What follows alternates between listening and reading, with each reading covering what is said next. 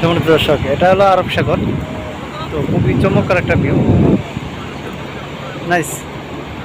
মানে কক্সবাজার মনে হয় 3টা হলো এরকম, তাই এটা সম্ভব হবে না, কারণ যে পরিমাণে ঢেউ আর যে অবস্থা, ও ভাই আসলে আল্লাহ পাকের সৃষ্টি দেখলে শুধু দেখতেই মন চায়। আর আসলে আল্লাহ পাকের সৃষ্টি অপরিসীম।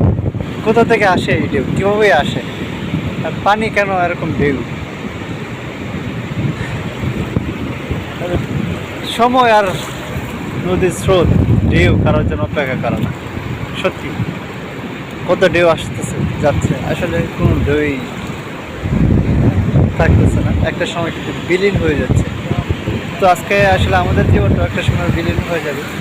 তোমরা আল্লাহ পাকের শুকরিয়া আদায় করি সবসময়, আল্লাহ পাক আমাদেরকে সবসময় সুস্থ থাকেন, ভালো থাকেন এবং সিরাতুল মুস্তাকিম